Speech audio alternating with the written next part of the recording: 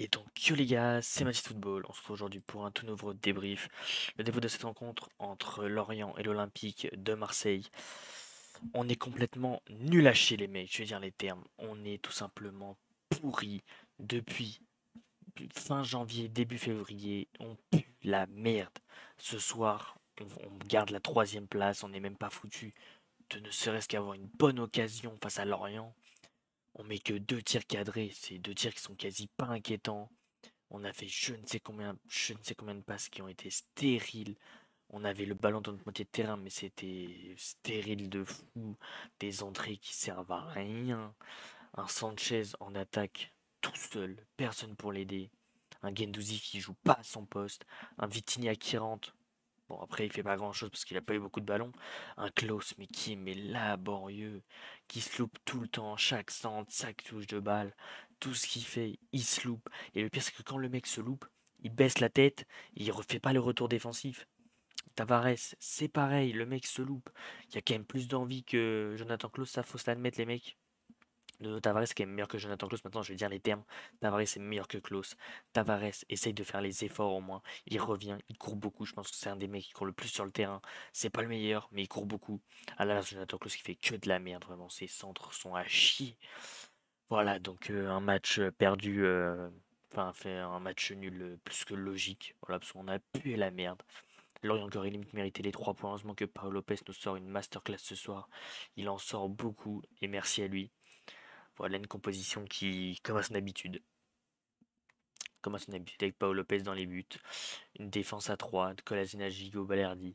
Rien à reprocher à Kolasinac et Gigot qui se donnent à fond, mais ça c'est comme d'habitude.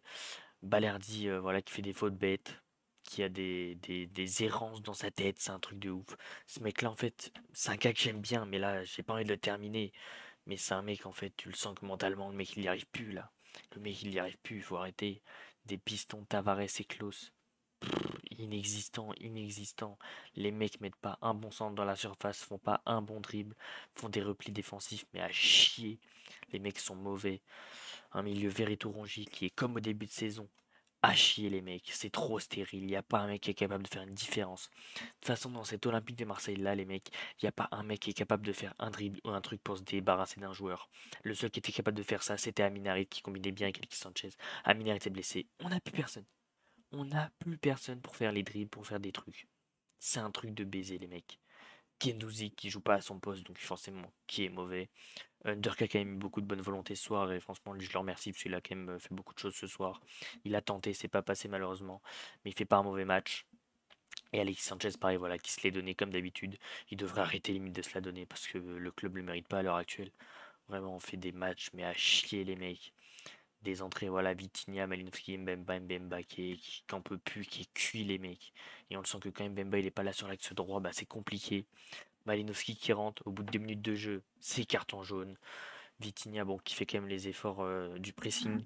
Mais ouais, c'est dur les mecs, hein. C'est dur, hein. Heureusement que Lorient fait pas un gros match.